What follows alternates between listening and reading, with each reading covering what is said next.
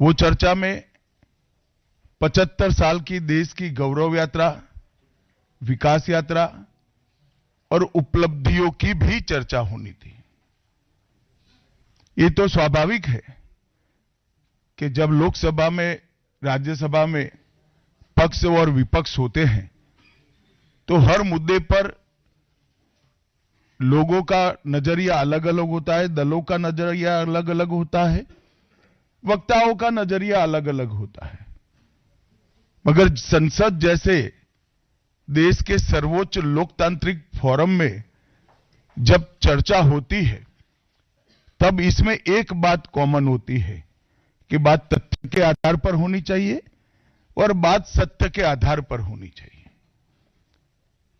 कल से कांग्रेस पार्टी ने जिस तरह से तथ्यों को तोड़ मरोड़ कर रखने का प्रयास किया है, ये अत्यंत निंदनीय है और मैं इसकी निंदा करना चाहता हूं। ये क्यों हुआ? क्योंकि भारतीय जनता पार्टी के वक्ताओं ने संविधान पर, संविधान की रचना के मूल्यों पर, और जब जब कांग्रेस या भारतीय जनता पार्टी का शासन रहा तब शासन ने संविधान के मूल्यों का किस तरह से मूल्यांकन किया, संरक्षण किया और संवर्धन किया, इस पर फैक्ट के साथ भारतीय जनता पार्टी के वक्ताओं ने अनेक उदाहरणों के साथ जनता के सामने विषय रखे और उसमें वो तय हो गया कि कांग्रेस पार्टी आंबेडकर जी विरोधी पार्टी है, कांग्रेस पार्टी आरक्षण विरोधी पार्टी है, कांग्रेस पार्टी संविधान विरोधी पार्टी है, कांग्रेस पार्टी ने सावरकर जी का भी अपमान किया, कांग्रेस पार्टी ने आपातकाल डालकर संविधान के सारे मूल्यों की धज्जियां उड़ा दी, नारी सम्मान को भी सालों तक दरकिनार किया, न्यायपालिका का हमेशा अपमान किया, सेना के शहीदों का अपमान किया और भारत की भूमि तक को संविधान तोड़कर विदेशी देशों को देने की हिमाकत कांग्रेस पार्टी के शासन में हुई।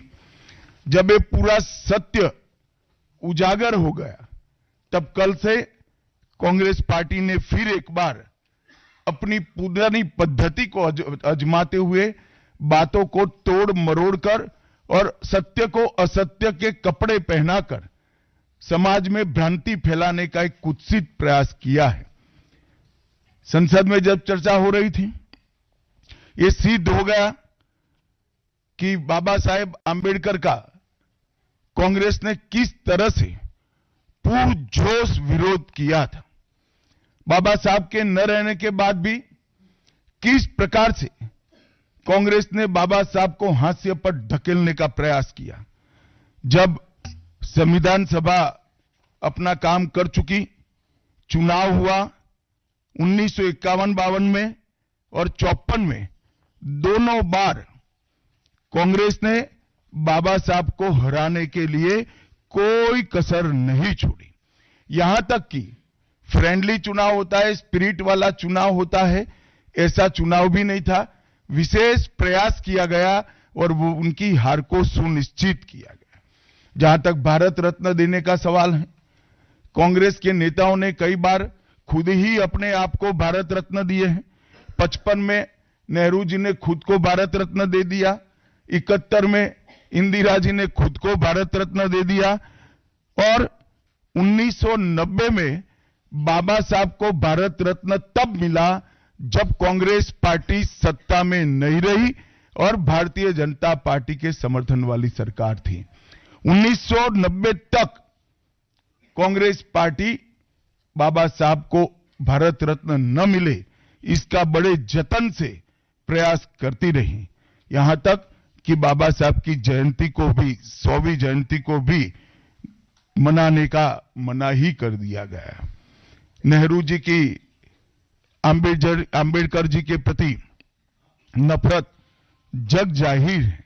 नेहरू जी की खुद की किताब selected works of Jawaharlal Nehru second series volume 16 इसके भाग 2 की पृष्ठ संख्या 532 पर एक पत्र का उल्लेख है, जब बीसी राव ने नेहरू जी को पत्र लिखकर कहा कि अंबेडकर जी मंत्रिमंडल से इस्तीफा देकर जाने का मन बना रहे हैं, तब नेहरू जी का ये जवाब था, अंबेडकर के जाने से मंत्रिमंडल में कोई फर्क नहीं पड़ने वाला है।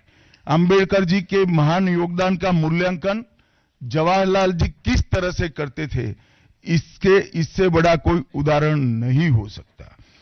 जब पंडित जी की एक और किताब को पढ़ते हैं, लेटर टू चीफ मिनिस्टर में एक उल्लेख है, बंबई के मेयर ने एक पत्र में बाबा साहब के अंबेडकर के जन्मस्थान मऊ में उनका स्मारक बनाना चाहिए, ऐसा सुझाव दिया। 18 जून 1959 को पंडित जी ने कहा, सरकार के लिए स्मारक स्थापित करना बिल्कुल सामान्य बात नहीं होगी, आमतौर पर स्मारक निजी पहल से किया जाता है। अपने परिवार के चाहे कोई भी सदस्य हो, नेहरू जी हो, इंदिरा जी हो, संजय गांधी हो, राजीव गांधी हो, कई सारे लोगों के लाखों स्मारक देश के अंदर बनाने वाले परिवार के मुखिया कहते हैं कि आमतौर पर निजी पहल पर स्मारक बनाया जाता है, क्योंकि ये स्मारक B.R. आम्बेडकर जी का था। मित्रों, जब एक दूसरा उदाहरण मैं देना चाहता हूं, एक सर्वदलीय मंत्रिमंडल, पहली देश की कैबिनेट बनी जिसमें बाबा साहेब आम्बेडकर भी सदस्य थे, नेहरू जी प्रधानमंत्री थे।